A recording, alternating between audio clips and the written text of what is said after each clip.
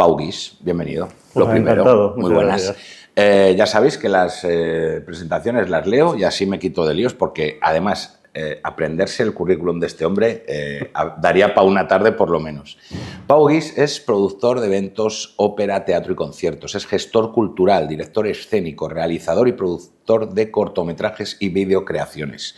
Dramaturgo y guionista. Cargo público fuiste también, con dedicación exclusiva entre julio del 17 y julio del... Entre el 15 y el 17. Del 15 al 17 sí. En el Ayuntamiento de Barcelona. Estuviste como edil, ¿llegaste a estar como edil? Era consejero de distrito.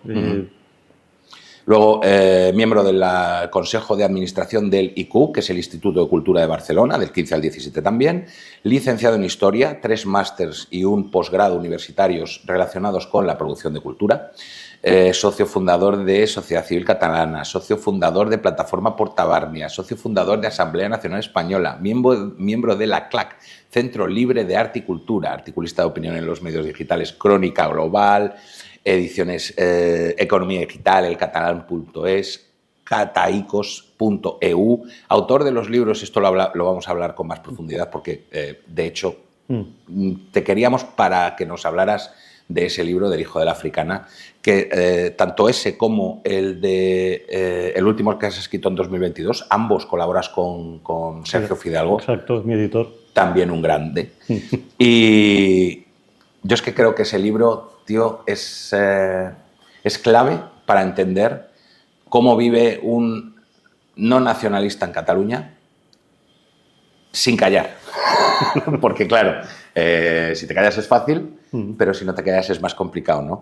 Luego, como os digo, tiene escritos estos 2 libros, que uno es El Hijo de la Africana y el de 2022 es El nacionalismo es el mal. Esta entrevista se está grabando un 24 de abril, ya no sé ni qué mes estamos, y estuvimos en la Feria del Libro, un ambiente muy chulo y tal, estuviste firmando ahí los libros con bastante éxito.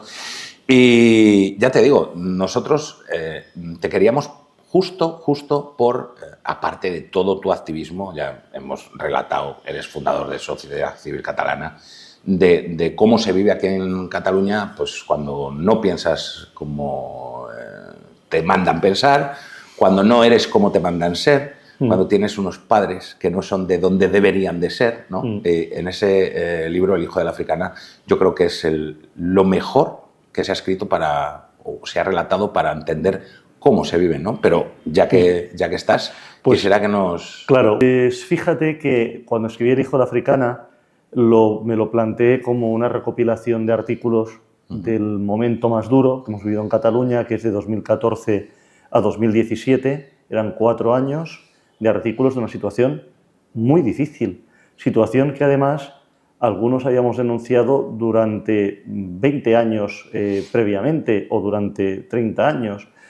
Ese libro lo quise titular, después de hablar con mi madre, El Hijo de la Africana, porque yo soy hijo de un señor de Vic y de una señora de Cartagena. La familia de mi padre, de Vic, que además tenían un edificio en el que vivían todos, lo que se hacía antes, se construía un edificio y a toda la familia. No mis abuelos, pero sí el resto, desde la hermana de mi padre a los primos, a las tías, etc. Llamaban a mi madre la africana por ser de Cartagena, porque el racismo, la xenofobia, el supremacismo forman parte de ese espectro del nacionalismo catalán que, sea el nacionalismo actual o sea el nacionalismo que empieza a finales del siglo XIX, se basa exactamente en lo mismo, en el odio hacia los castellans, los castellanos, los españoles, en el odio hacia la lengua catalana. Bueno, hay muchos ejemplos. Tienes a Valentí Almirall, tienes a Pompeu Fabra, tienes a Pompeu Gené, bueno, el listado de racistas y supremacistas es inacabable. Entonces, bueno, yo decidí, hablando con mi madre, me gustaría titular el libro así porque es la realidad que vivimos en Cataluña y quiero que, y si este libro también lo vendemos en el resto de España, si tiene fortuna crítica, que la gente sepa que nos han llamado charnegos, que nos han llamado murcianos, que nos han llamado africanos y que nos han llamado todo tipo de sinónimos o despectivos con tal de diferenciarnos de ellos, que son la raza pura y la raza superior.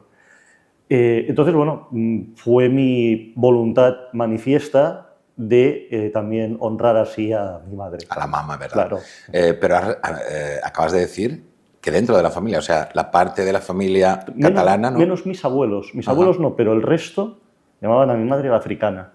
O sea, no estamos hablando de que, bueno, uno de fuera de casa utilice la expresión, la del charnego, ¿no? De toda la vida. Pero... Los que vivían en el mismo edificio, un edificio de 4 o 5 plantas, con 2 pisos por planta, si no recuerdo mal, porque hace muchos años que que ese edificio además ya no existe, y que estaban todos allí. Es decir, por lo tanto... Esto, claro, lo que nosotros vemos más desde el resto de España es pues todas estas campañas de acoso, de señalamiento, de cancelación social, la muerte, o sea, realmente es querer la muerte civil, ¿no? Sí, sí. Pero claro, luego, con todo el proceso, sí es cierto que pueden llegar a haber relatos de, con todo esto dentro de una familia, ha habido fricción, ha habido discusión. Pero claro, tú me estás hablando de hace ya muchísimos años. Estoy hablando de los años 70. Años 70, y que dentro de una misma familia ya había ahí una fricción y una diferenciación. Bueno, y antes, porque mis padres se casaron en el 67. Yo tardé todavía unos años en nacer. Por lo tanto, es decir, que estoy hablando de años, o sea, realmente de años 60. Entonces, bueno, la verdad es que la situación es muy compleja. La situación fuera de Cataluña muchas veces, cuando decíamos, esta gente tiene alma totalitaria, tiene alma xenófoba, tiene alma golpista, no nos creían. Pero si ya Esquerra en el 34 dio un golpe de Estado, lo ha vuelto a dar ahora. Además lo ha dado con Junts, ¿no? En fin, es decir, con la convergencia de Pujol, que además el muy andorrable Jordi Pujol creó lo que es el programa de ingeniería social, o sea, peor que ha existido en Europa desde las leyes nazis. Es decir, el programa 2000 es un programa de ingeniería social y de sustitución lingüística y de sustitución cultural e incluso de las filias propias sentimentales hacia lo que es tu propio país y tus propios símbolos y tu propio espacio, ¿no?, nacional. Entonces, realmente es muy sorprendente lo que ha pasado en Cataluña y sobre todo lo que es sorprendente que el resto de España no nos creía. Entonces, pero bueno, hemos tenido que esperar a que en 2017 dieran un golpe de Estado. Y permíteme, en alguna entrevista yo ya lo he comentado, yo soy catalán, yo nací en Barcelona, yo marché de aquí en el año 93, yo he estudiado aquí toda la EGB, parte del instituto. Yo desde aquí en absoluto era consciente de lo que yo estoy viendo, no ya ahora, cuando nos estamos documentando para hacer el documental, sino... Joder, cuando tú decías que es el peor experimento sociológico, ¿no? Pero tremendamente efectivo, porque si desde aquí no te estabas dando cuenta, o sea, yo no tenía una sensación en los años 90, principios de los 90, de que la situación estuviera mal. Esquerra Republicana, yo recuerdo, ¿cómo se llamaba este hombre, el de la barbita, que estuvo en Terrayura? Colom. Seis alas, Àngel Colom y Colom. Colom y Colom. Le llamaban 6 alas. 6 alas porque era Ángel, Paloma y Paloma. Sí, pero yo recuerdo aquella época que eran como una especie de frikis. Bueno, tenían un apoyo muy, muy bajito. Esquerra Republicana, los votos que tenía, fíjate si eran frikis, que tenía de segundo a Pilar Rahola, Àngel Colom. Claro, si era Pilar Rahola la segunda. Entonces, no había una sensación de todo lo que se estaba cociendo, pero se estaba cociendo. O sea, no, claro que estaba cociendo. El plan Pujol, el programa 2000, el plan ese de recatalanización y nacionalización, se publica en el año 90.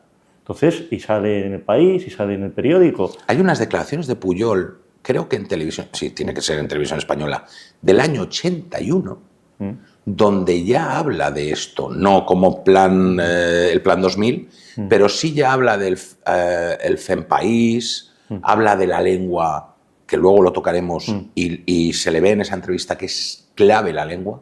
O sea, tú cuando tienes la sensación, porque en casa es una cosa, pero ¿tú tenías esa sensación fuera de casa como la que tenía yo? ¿O cuándo te das cuenta que realmente, ostras, cuidado? A ver, mira, el tema es que los años 90, que además eran los años del pelotazo, había dinero. Y cuando hay dinero, la gente solo piensa en el hedonismo, en consumir y en vivir la vida, que la vida final es corta y la gente pues disfruta de la vida, me parece muy bien.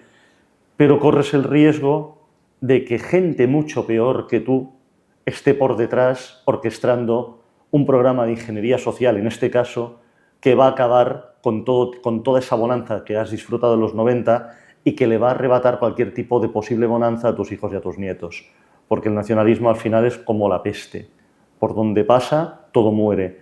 Por lo tanto, cuando te das cuenta, dedicándote a la cultura y viendo que hay un techo de cristal que nunca superas por una cuestión de que tú eres marcadamente antinacionalista, por mucho que seas un gran fan y un gran forofo de la lengua catalana y de la cultura escrita en lengua catalana, porque la cultura catalana es la que se escribe en catalán y en español, pero está la cultura catalana en lengua catalana, porque el señor, por ejemplo, Eduardo Mendoza, que nadie me vaya a decir que no es cultura catalana, Claro. aunque él escriba en español, o que su novela, por ejemplo, Ciudad de los Prodigios, no sea una novela plenamente catalana y barcelonesa, solo por el hecho de que está escrita en español, que eso hablaremos más tarde del tema de la lengua. La triste realidad es que, claro, cuando te dedicas al mundo de la cultura quizá lo ves antes, porque ves que está eso y al final tus grandes referentes o tu lengua, por motivo que sea, más cercana, porque al final la gente normal en Cataluña es gente bilingüe porque responde a la realidad de la región. Es una región en la que existen dos lenguas, deberían coexistir de manera pacífica, eso no sucede porque desde los gobiernos nacionalistas, tanto sean socialistas como sean convergentes o convergentes con Esquerra, se impulsa una diglosia en la cual tú separas a una lengua de la otra y a una la conviertes en la lengua de la administración, de la cultura, de la educación, en la lengua de la justicia, la lengua oficial, en la lengua de la clase alta, y la otra la dejas para folclore, para el folclore, la oralidad, para las clases bajas y para la gente que no sabe ni prácticamente ni hablar. Y así, poco a poco, intentar que vaya desapareciendo. Claro, pero el plan Pujol fue muy claro. Cuando empezó Pujol a governar, su proyecto fue català para tothom, català de 500 paraules, pero català para tothom. Es decir, catalán de 500 palabras, pero que todo el mundo hable catalán, porque lo que me importa no es que se hable bien, lo que me importa es que hablen catalán, porque hablando catalán se sentirán miembros de la raza catalana y se acabarán sintiendo miembros de la nación catalana.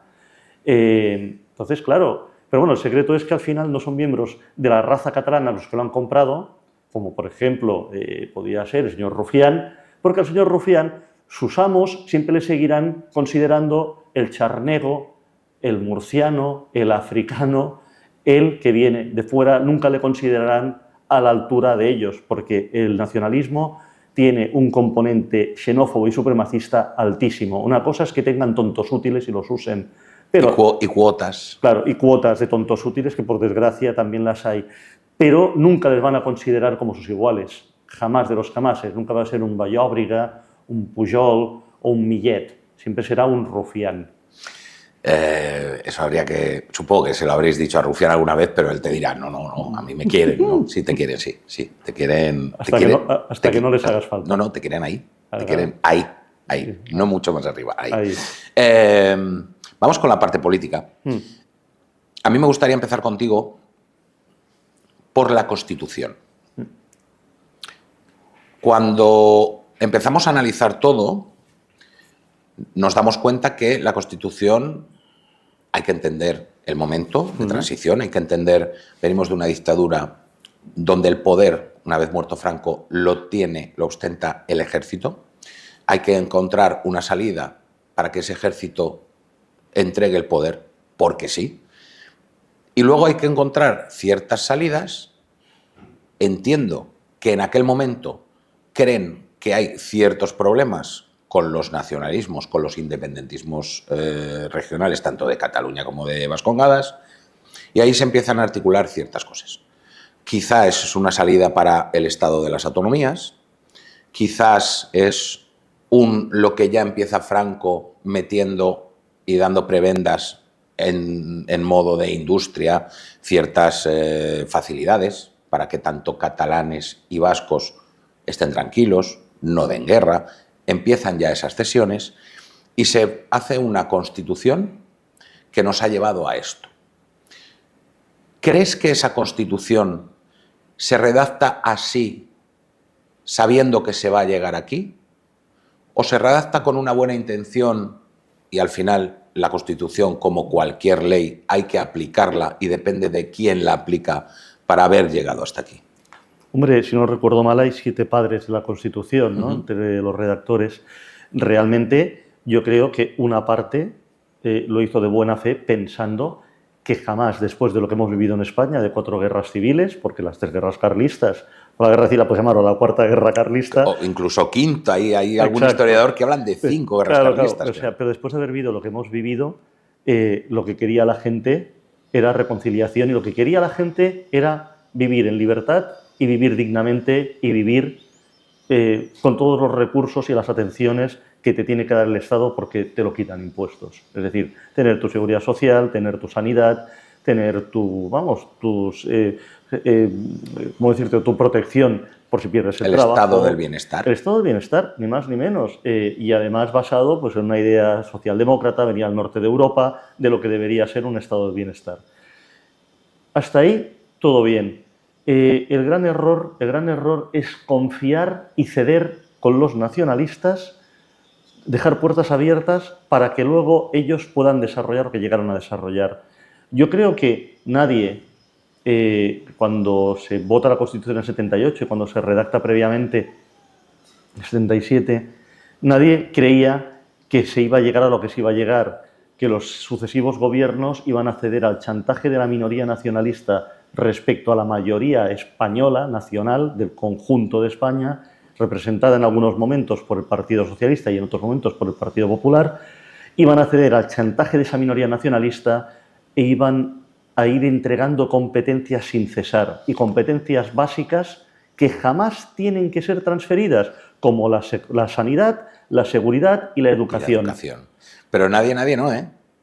Nadie, sí hubo gente que avisó. En 1975, 76 y sobre todo 79, es verdad que Blas Piñar, bueno, pues es Blas Piñar, podrías decir, ¿qué va a decir Blas Piñar?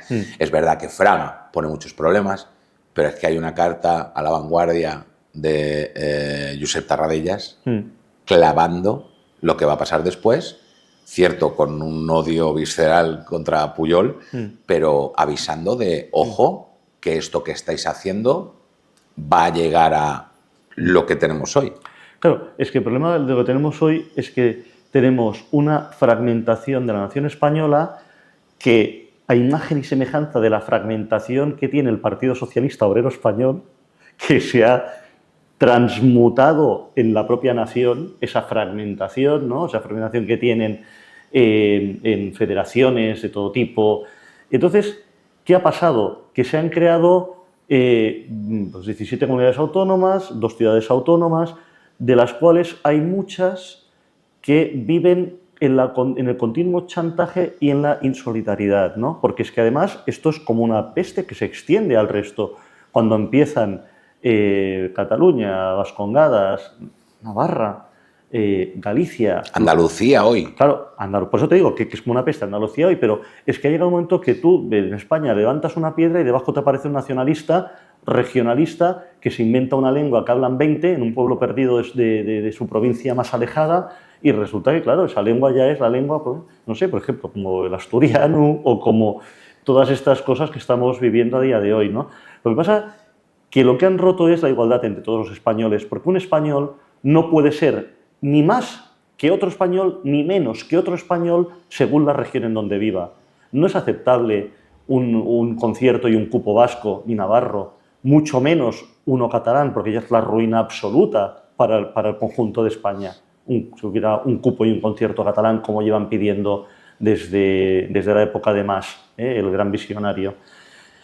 Esa insolidaridad rompe la idea propia de la nación, pero rompe el bienestar de todos los españoles y sobre todo la igualdad entre todos los españoles. Y esto me choca frontalmente contra la igualdad que la propia Constitución recoge. Es que a mí me gusta también señalar que aquí no pasa nada por sentirse asturiano, no pasa nada por sentirse castellano, no pasa nada por sentirse catalán.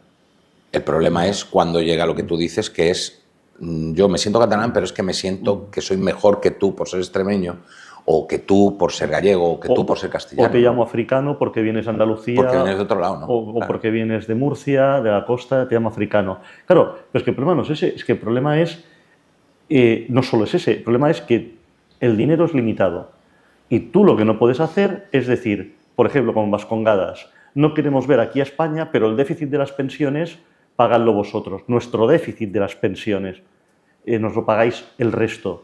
Pues señor, no le quiere usted pagar el concierto y no le quiero pagar dinero, contribuya usted a la caja del Estado, que es la caja común de todos los españoles, porque les tenemos que mantener y que ustedes vivan como en la Suiza española y haya otras regiones, otras zonas de España que tengan problemas incluso de que falta de colegios o falta de transportes o que estén completamente abandonadas. Es completamente injusto. Es que yo no quiero una España así y mucha gente no quiere una España así, pero nos la han ido colando poco a poco con el paso de las décadas y de los gobiernos. Y creo que, respondiendo originariamente a tu pregunta, creo que el sistema ha fallado, que nos hemos dado entre todos, y es el momento de revisarlo, y revisarlo a mejor, revisarlo a que sea más solidario, a que garantice la igualdad entre regiones y entre personas, porque cuando garantizas que las regiones son iguales, las personas que viven en todas esas regiones también son iguales entre ellas. Y entonces, bueno, y creo que no se pueden dar prebendas a ningún tipo de región por ningún tipo de motivo, por motivos históricos, todos podemos alegar cualquier tipo de motivo. Tú me puedes decir, yo es que tenía un pariente que era el vizconde no sé qué. Pues bueno, pues muy bien, pero aquí estamos hablando de que a día de hoy todos tenemos que contribuir por igual y ser iguales, porque en eso se basa un Estado democrático, en eso se basa cualquier constitución de una democracia liberal. Porque el Estado, dar prebendas, está feo el término, ¿no? Pero bueno, para que se entienda, dar prebendas para garantizar la igualdad, eso sí debe hacerlo del Estado. Lo que no puede hacer el Estado es que esas prebendas sean para fomentar la desigualdad. Claro. Es que no tiene demasiado sentido, ¿no? Bueno, pero esto que parece el ABC... Sí, esto es contrarrevolucionario total. A decir esto ahora mismo es la muerte civil. No puedes decir esto porque, oye, ¿cómo les vas a...? A ver, nosotros, el sistema de las autonomías ha fallado, pero ¿qué problema hay? Porque ha fallado, para mí, o sea, creo que los números son clarísimos, incluso hay libros que han sacado diversos economistas al respecto en los 2 o 3 últimos años que hacen los números y que realmente ves que el sistema no funciona y que el sistema no es justo ni equitativo. Pero claro, ¿qué pasa? Los que residimos en Madrid, claro, dices, tú dile a alguien madrileño que resida y contribuya en Madrid que le vas a quitar la autonomía en Madrid. Se va a defender con uñas y dientes, porque va a decir, claro, para que me impongan un modelo bolivariano y me quede en la miseria cuando vivo en una región próspera, porque aquí trabajamos todos como mulos. Pero claro, tú tráetelo aquí a Cataluña o llévate ese modelo a Canarias. ¿Qué te van a decir? Hombre, pues mucha gente aquí en Cataluña te va a decir, gente que está en contra del totalitarismo nacionalista, te va a decir, hombre, pues ojalá fuéramos un Estado único descentralizado en departamentos administrativos y tuviéramos una legislación clara y única. Claro, pero en Madrid la gente se lo vas a comentar y te van a decir lo contrario. Es decir, que es que el problema ha llegado a un nivel de enquistamiento y a un nivel de complejidad tal que salir ahora de él es bastante complejo. Cuando decías que es que el dinero es el que es, evidentemente, si unimos eso al famoso café para todos, claro, pues bien, tú tienes un monto, repartes, ok. Claro. El problema es cuando hay unas regiones que tienes que repartir de otra manera. Claro, pero además el café para todos es una cosa que nadie dice, pero es que tienes que coger, como Juan Valdés, la mula, irte al campo y plantarlo, y luego lo recolectas, luego lo torrefactas y luego haces el café. Pero eso lo tenemos que hacer todos. Claro. Lo que no puede ser es que unos estén en su casa, como si estuviéramos en la época del 19, de las colonias o de los terratenientes aquí, que alguien venga con un saco de café a tu casa y te lo deje sin que tú hayas ido al campo. Y esto es lo que pasa, por ejemplo, en Vascongadas o lo que se está pidiendo ahora para Cataluña por parte del nacionalismo. Cosa que muchos catalanes no queremos porque es insolidario con el resto de los españoles a los que consideramos tan hermanos nuestros de una región como de otra. En todo esto hay un gran arquitecto, es Jordi Pujol, y fue considerado hombre del año, ¿no? ¿Cómo era? Sí, por el ABC. Hombre del año por el ABC. ¿Hombre de Estado o independentista paciente? Bueno, esto Francesc de Carreras, el catedrático de Derecho Constitucional, lo explica en su libro, que recoge varios artículos, y tituló el libro con la famosa frase de los convergentes de la época: primer paciencia, després independencia. Es decir, primero la paciencia, que luego ya vendrá la independencia. Y esto es lo que hizo Pujol, pero si creó el programa de ingeniería social inédito en cualquier democracia liberal. O sea, yo creo que es que de la época de la Alemania hitleriana no habíamos visto algo similar en ningún país. Es que ni en las dictaduras soviéticas. Hay una... La frase esa es brutal. También hemos entrevistado a Frases de Carreras. Él es más... Claro, es Frases de Carreras, es constitucionalista. Entonces, claro, el tema de la Constitución, él entiende que está mal aplicada. Pero bueno, la verdad es que también fue una entrevista para mí maravillosa, ¿no? El arquitecto es Pujol, obvio, pero hay unos colaboradores necesarios, que son José María Aznar y Felipe González, primero Felipe, con toda esta cesión. Se empieza a producir un proceso de traspaso de competencias, lo has hablado tú antes, cultura, educación, solo queda Hacienda y a medias, ¿no? Pero a día de hoy, cuando estamos haciendo esta entrevista, ¿qué queda ya por traspasar? Mira, el señor Sánchez incluso ha traspasado la vigilancia de costas, cosa que, o sea, no puedes traspasar porque eso es, o sea, es una cuestión de seguridad nacional y tienen que puertos, costas, o sea, tienen que patrullarlo, evidentemente, Guardia Civil. Pero claro, es que han llegado a un acuerdo para que no pueden ceder la competencia, pero sí están cediendo la ejecución de la competencia, lo cual me parece un fraude de ley absoluto, pero es incluso hasta esto. Por eso los Mossos, hace 2 o 3 años, empezaron a comprar lanchas. Pues lanchas. Claro, porque para meterte a patrullar, supongo que en el estanque de Bañolas no creo que te haga falta la lancha. No hace falta, pero bueno, en aquella época de la que luego hablaremos, se habló de un intento de compras de armas largas, armas más potentes de las que normalmente tendría una policía. Automáticas, de repetición. O sea, vamos, para que la gente no se entienda, Kalashnikov modernos, pero Kalashnikov. Rifles de asalto, rifles de repetición de asalto y ya está, ¿no? Sin esta colaboración, evidentemente, si el Estado hubiera llegado y hubiera dicho hasta aquí, ¿qué hubiera pasado? A ver, el nacionalismo al final, si no le das los medios, se acaba ahogando en su propia voracidad, porque además no deja de ser una casta extractiva que la única cosa que quiere es ganar dinero a costa de los demás sin trabajar. Es decir, es un modelo de Estado totalitario, por lo tanto extractivo. Todas las tiranías y todas las dictaduras que caen, resulta que los dictadores, reyezuelos, presidentes resulta que atesoran grandes fortunas en el extranjero, ¿no? Posteriormente. Bueno, aquí se repite. Claro, y se repite continuamente. Si os acordáis, la señora de Pujol, que era la madre superiora, movía misales en Andorra, cada misal era 1 millón de euros, ¿no?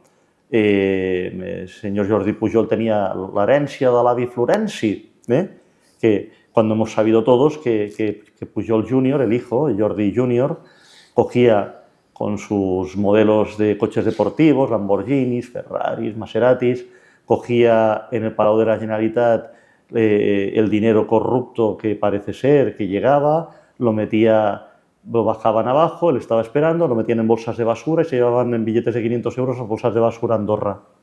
Dices, ¿esto realmente en democracia es aceptable? En una democracia plena, verdadera, esta gente tendría que estar en la prisión, pero es que la familia Pujol, los 7 hijos y el matrimonio, no hay uno solo que no esté imputado por un delito, que es que no es una casualidad, 9 de 9. No, pero luego me imagino que habrás visto el último documental, ¿no?, que habla de la familia Pujol, pero claro, como cenaba boquerones, ¿no?, rebozados, pues no, él no era muy de gastar. No tenim ni 5. No tenim ni 5. Es lo que decía Ferrusola. Y hablaban de los muebles, pues que unos muebles viejísimos. Claro, no tenim ni 5, y claro, nos hemos llevado todo fuera. Te lo has llevado al otro lado, ¿no? O sea, claro, González y Aznar, si te digo cuál es peor, da igual, ¿no? Pero, mira, es que el problema es que en España seguimos viviendo esta situación cainita, fratricida, entre 2 bloques. Es que yo quiero decir una cosa a nuestros políticos, la dialéctica marxista ha muerto. Es decir, la guerra izquierda-derecha de la dialéctica marxista clásica. A día de hoy, si la derecha ha aplicado un montón a nivel social de programas y de políticas socialdemócratas, porque es que el estado de bienestar las requería. El Partido Socialista, como ha agotado todas las posibles propuestas socialdemócratas, se ha embarcado en los identitarismos, por eso está tan pegado o tan apegado a los nacionalismos.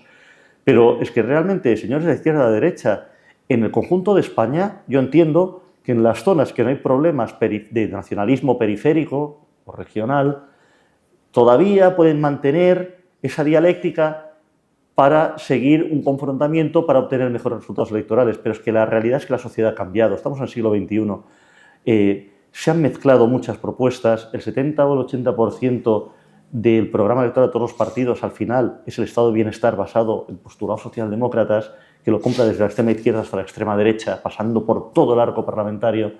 Y, sobre todo, hay que entender que en estas regiones, como las que estamos ahora, como Cataluña, o como Vascongadas, o como cualquier otra región afecta de un problema o de una querencia nacionalista, allí esta dialéctica marxista no existe. Es una dialéctica poshistórica, como dijo Fukuyama. O sea, Fukuyama dijo, en el mundo poshistórico, donde ha muerto la dialéctica marxista, existirán solo dos problemas. Uno, los integrismos religiosos, y otro, los nacionalismos. Y los nacionalismos es una dialéctica entre la libertad y la dictadura, entre la democracia y el totalitarismo. Es que esa es la dialéctica, y en Cataluña es lo que estamos viviendo. Cataluña da igual que seas de izquierda o de derechas. Cataluña eres o nacionalista o eres antinacionalista y, por lo tanto, valoras la libertad y la igualdad entre todos y apuestas por las personas y porque todos seamos iguales. Y no por sentirte superior a alguien o por intentar obligar a que los hijos de los demás estudien en la lengua que tú hablas y no en su lengua materna. Por lo tanto, la dialéctica es otra. Lo digo para que los señores del Partido Popular y del Partido Socialista, a ver si de una vez se enteran. Y la prueba clarísima es el Junts pel Sí. Quiero decir, un problema que todavía no ha aflorado en Vascongadas, que es que Bildu y PNV se coaliguen, lo harán, cuando toque lo harán, porque llegará el momento en que allí también toque hablar de procés, porque si esto no se para, en Vascongadas pasará. Y aquí es lo que ha pasado. No, pero pero es que es una formación muy en teoría de izquierdas y otra muy de derechas, como una convergencia. Bueno, eres muy generoso, una de extrema izquierda y otra de extrema derecha. Bien, vale. O sea, por decirlo claro. Pero fíjate, es que lo que te lo he dicho antes, es que no va a pasar ahora en Vascongadas, porque lo que quieren es expulsar a España y todo lo que representa a España del territorio, pero quieren seguir siendo españoles para seguir estando en el mundo. Y para que el resto de los españoles les paguemos su déficit, como por ejemplo las pensiones, porque si no, no lo podrían mantener. A ver, es que ahora mismo, con el resultado electoral que han tenido, podrían, pero se va a reeditar un gobierno de coalición del Partido Socialista de Pedro Sánchez, ese que odia a la derecha y a la extrema derecha, y vas a repetir un gobierno de coalición con un partido de extrema derecha nacionalista. Así es, no, es que es así. Entonces, no, porque es que parece que al final dice unas obviedades y parece que... El pasto es verde, habrá que defender con la espada que el pasto es verde, ¿no? La verdad es que... Pero bueno, hay que explicarlo. Explicarlo. Durante todo este periodo de cesiones, durante todos estos años 80 con las mayorías absolutas de González, luego llega Aznar, se va articulando el relato nacionalista, el relato de nación catalana. Eso tiene, a mi entender, tres pilares, que serían la lengua, la historia, lengua y cultura, historia y el España en roba. Para mí son esos tres pilares. ¿Tú ves alguno más? Bueno, yo te lo resumiría en dos, educación y cultura, porque lo engloban todo. La educación se utiliza como arma, como además es un arma terrible porque, bueno, es que Fichte ya lo explica en los discursos de la nación, ¿no? Que al final el nacionalismo, bueno, claro, o sea, cualquier ideología la puedes imponer nacional, la puedes imponer a través de lo que podemos decir, de las estructuras de Estado, y la educación es una estructura de Estado como lo es las Fuerzas Armadas o como lo puede ser, la Hacienda mismo, ¿no? Realmente, tú con la educación, que es el gran pilar, ¿qué haces? Impones la lengua como lengua única, adoctrinas en mentiras históricas, como por ejemplo que existía la corona de Cataluña y Aragón, la corona catalano-aragonesa, cuando dices, pero señores, es que Cataluña solo ha sido condado y el único reino que ha existido aquí es el reino de Aragón. Por lo tanto, la corona de Aragón ha existido y que es nuestro reino al cual pertenecíamos como condados que éramos. Incluso cuando hay una división de los reinos en Aragón, Mallorca y Valencia, tampoco aparece el de Cataluña, porque seguía siendo un condado o varios condados adscritos a.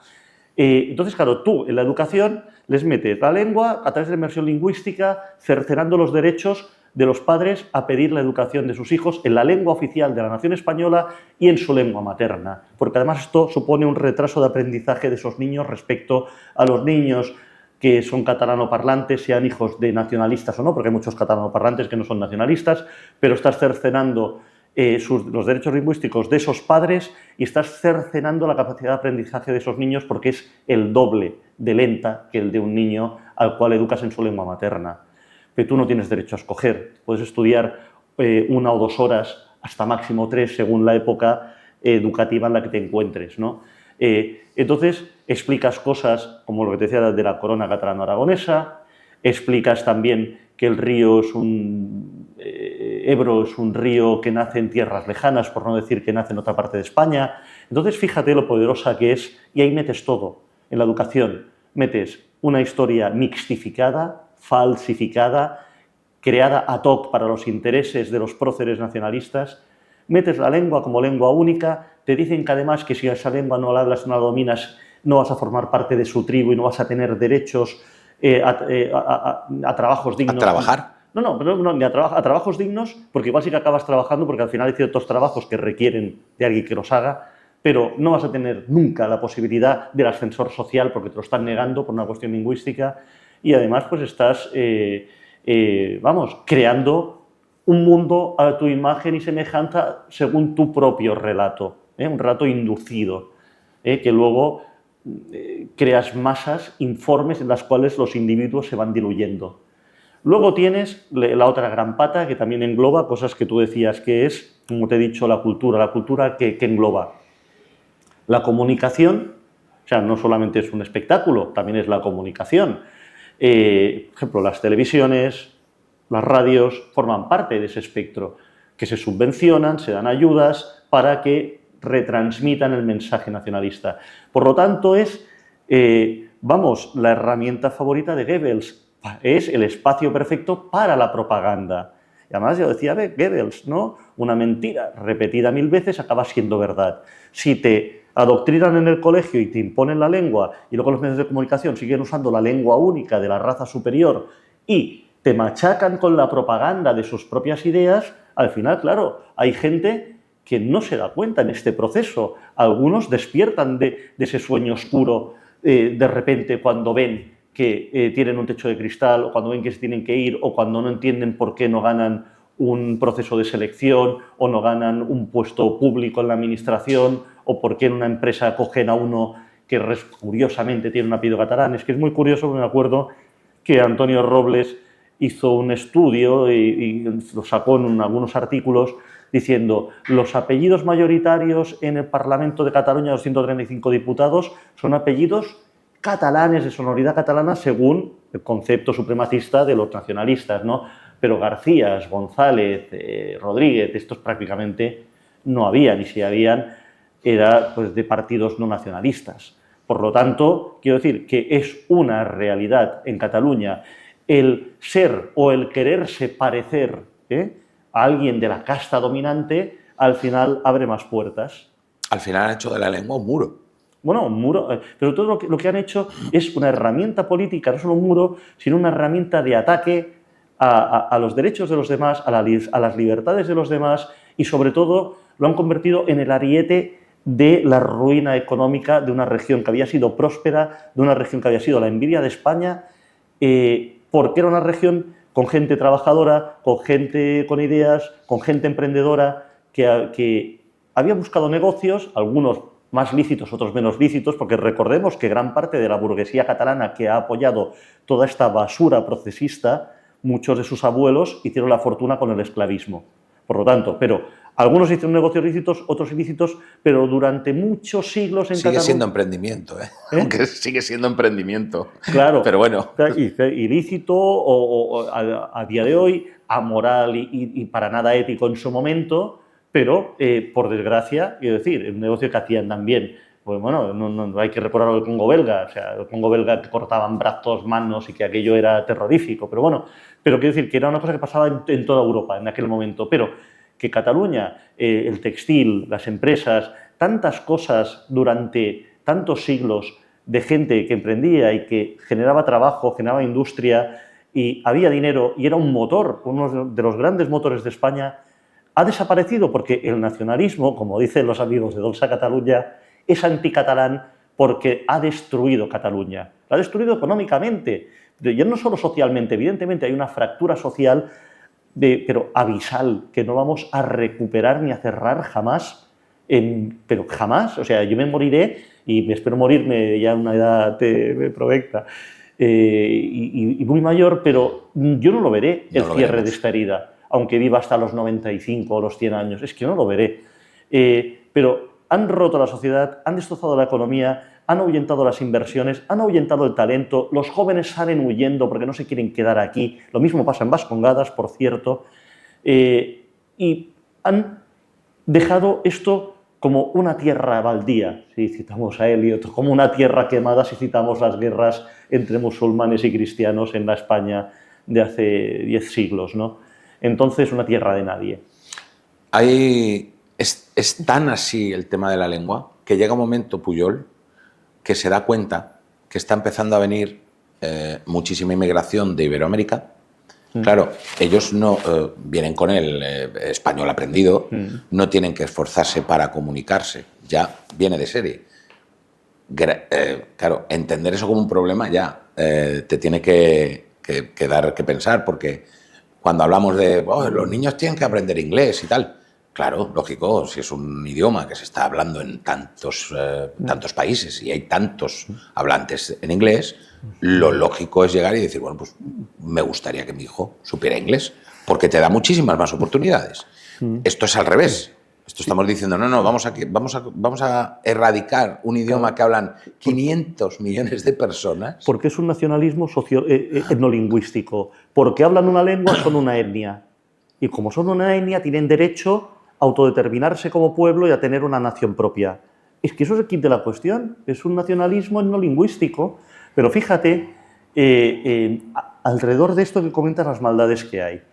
¿Es lógico que un presidente de los Estados Unidos o un candidato a presidente de los Estados Unidos tenga que hacer parte de la campaña en lengua española y esté contento por ello porque tiene muchos votantes que son hispanohablantes en Estados Unidos? El 30% de Estados Unidos habla español. Y los presidentes de Estados Unidos tienen a veces que dirigirse en español a sus votantes.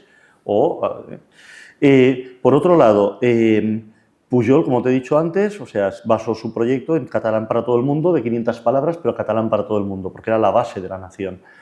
Pero es que el tema de la lengua es, cuando tú cercenas una lengua que no es el suajili, sino que es el español, que la hablan, como dices tú, más de 500 millones de personas, ¿sabes qué cantidad a nivel económico de posibilidades estás destruyendo de progreso, de negocio y de intercambio?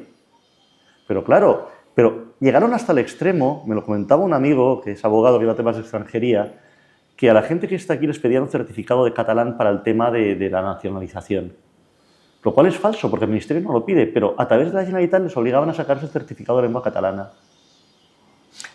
En ese momento, cuando Pujol ya se da cuenta de lo que está pasando con la inmigración iberoamericana, decide que necesita inmigrantes de otros sitios que no hablen en español, porque cuando vengan tendrán que hacer el esfuerzo de aprender un idioma para comunicarse con la gente de aquí, evidentemente escogiendo el catalán.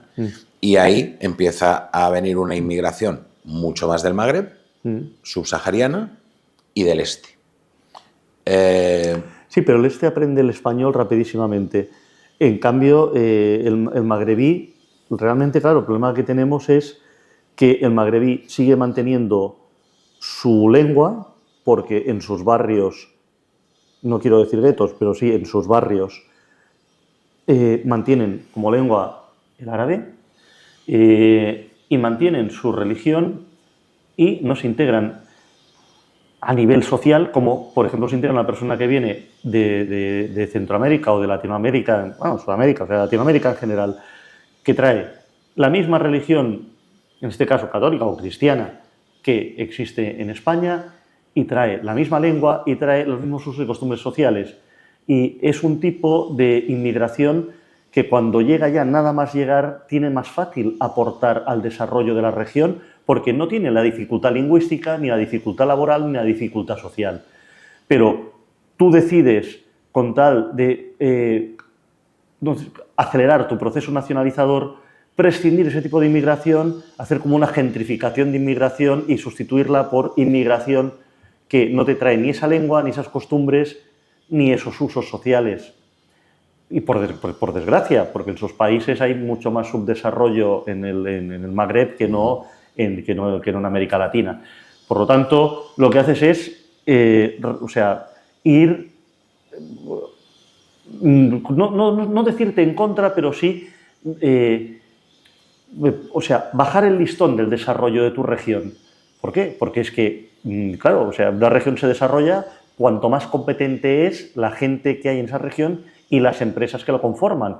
Es más dinámica, hacen más negocios y tienen mucho más intercambio.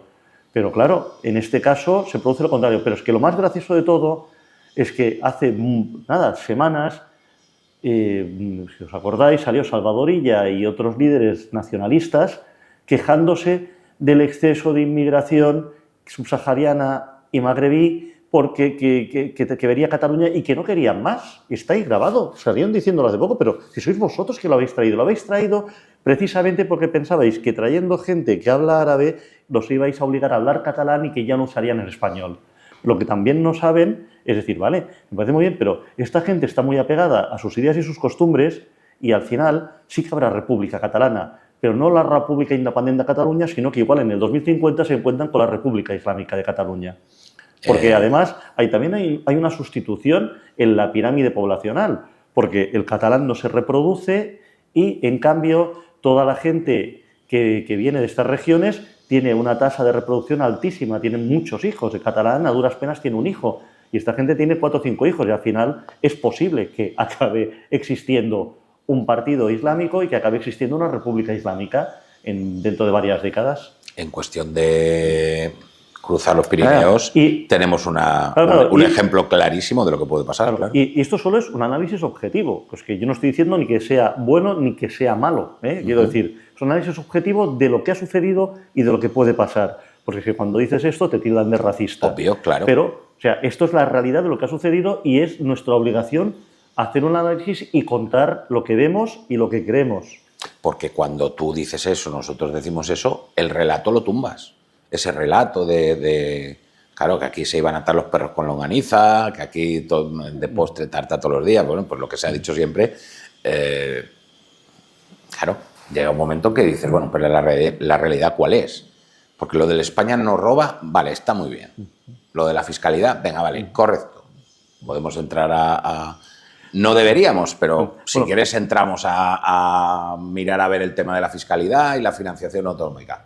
Perfecto, para eso está el Estado y como tenemos el ordenamiento territorial que tenemos, pues habrá que hacer. Pero es que no existen las balanzas fiscales, existe un principio de solidaridad. Las regiones que tienen menos son ayudadas por los impuestos de las regiones que tienen más.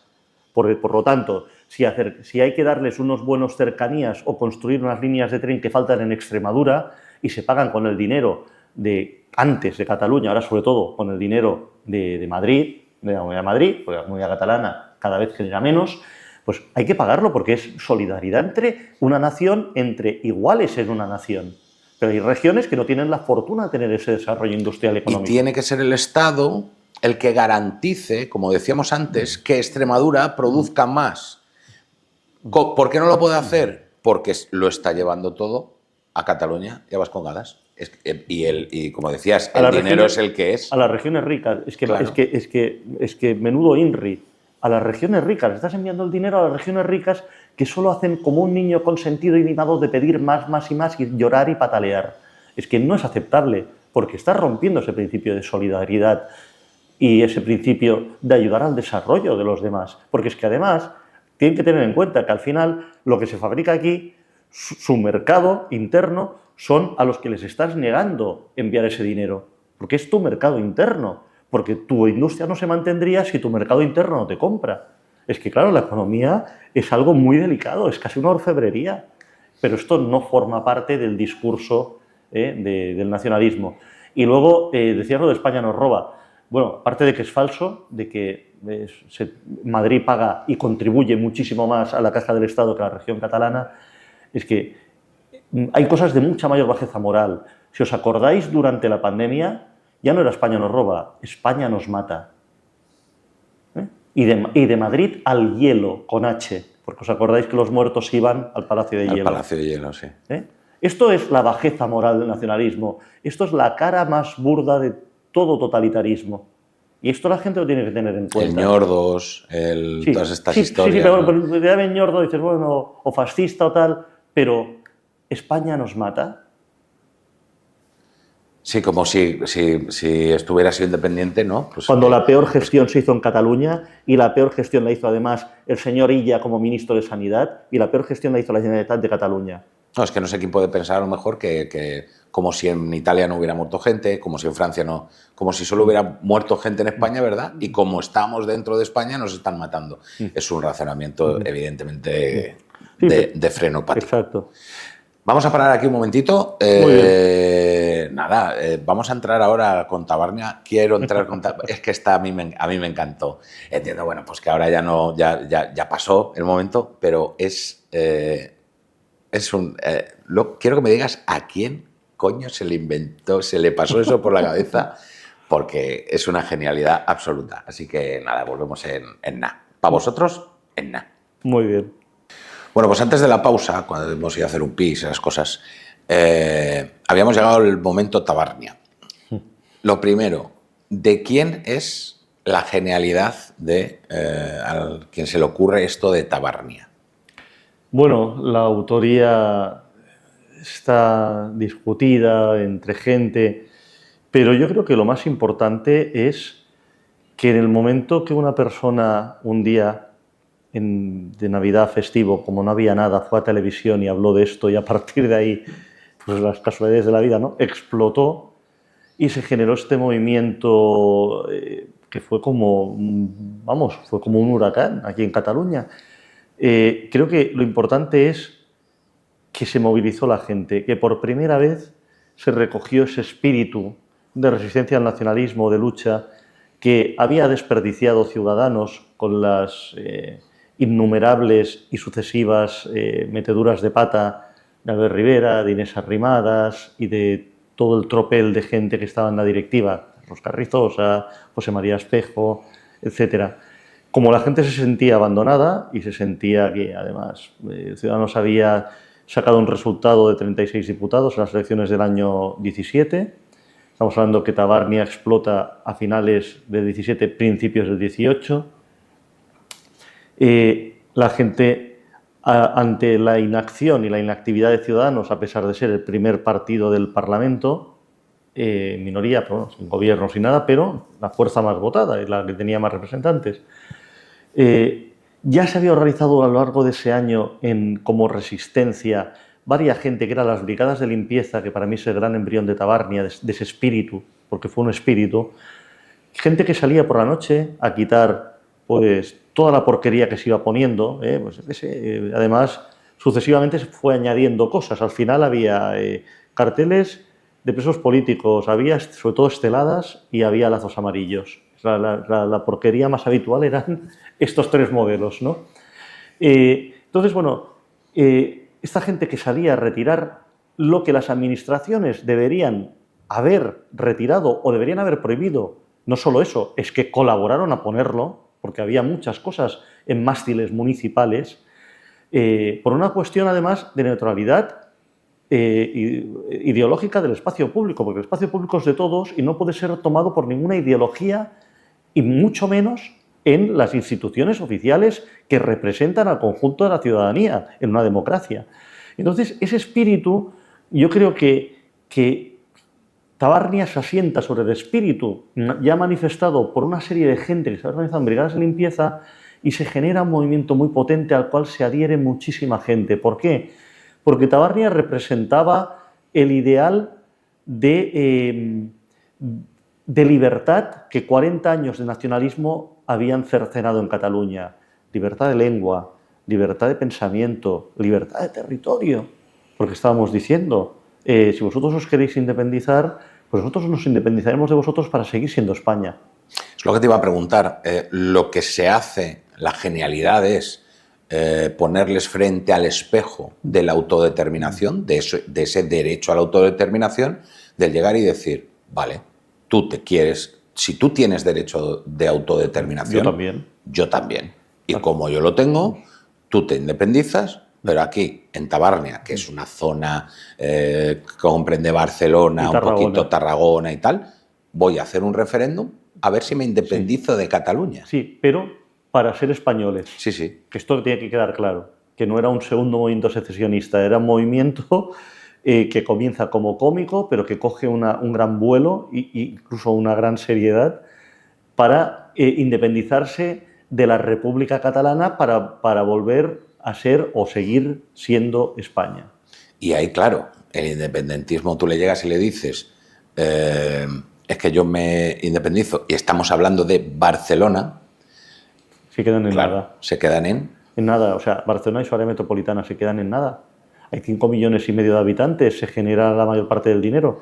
Claro, por eso una de las campañas cómicas que hacen en Tabarnia, una era parodias siempre de las campañas de Òmnium y ANC pagadas o instigadas por la Gene, ¿no? Al final no sabías si mandaba Òmnium y ANC y la Gene, o sea, la Generalitat hacía lo que le decían. Si era al revés, que la Generalitat decían tenéis que hacer algo, porque es que, claro, todo era tan grotesco que al final, pues bueno, una de las campañas era aquella de, si os acordáis, de que la España subsidiada vive a costa de la Cataluña productiva.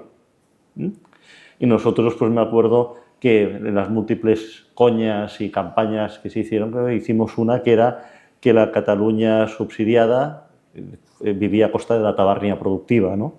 Todo era ese espejo, ¿no? Continuo. Sí, porque al final Gerona es muy bonito, precioso, Tarragona tiene unas costas bonitas, Lérida también está guay y tal, pero... No, Tarragona genera, y tiene uno de los puertos más importantes de Europa. Tarragona es o sea, genera y tiene las refinerías. Pero el motor de Cataluña es el área metropolitana de Barcelona. Pero el área metropolitana y Tarragona. Tarragona no hay que olvidarla. Pero que claro, cuando ya te vas a las zonas que son más agrícolas, como Gerona, como Lérida, evidentemente, por ejemplo, Gerona, yo creo que viven muy por encima de sus posibilidades respecto al dinero que generan, porque siempre se ha invertido por parte de la Generalitat en las zonas que son más cercanas o más amigables con el nacionalismo. Como debe ser. O sea, quiero decir, estamos hablando de lo que hablábamos antes, de que un Estado o una región, quien sea, ¿no? El gobierno tiene que intentar garantizar que en todas las zonas... Sí, pero ahí no se garantiza la igualdad. Y ahí te estoy diciendo, claro. Ahí te estoy diciendo que viven por encima de sus posibilidades. Lo mismo que en Vascongadas. Allí se invierte por parte de la Generalitat mucho porque es su reducto absoluto ideológico de voto nacionalista. Eso es. Y se les paga con un desarrollo y con unos equipamientos y con podemos decir, unas condiciones económicas que pueden englobar las sociosanitarias, etcétera, superiores a lo que les debería corresponder, incluso siendo solidarios.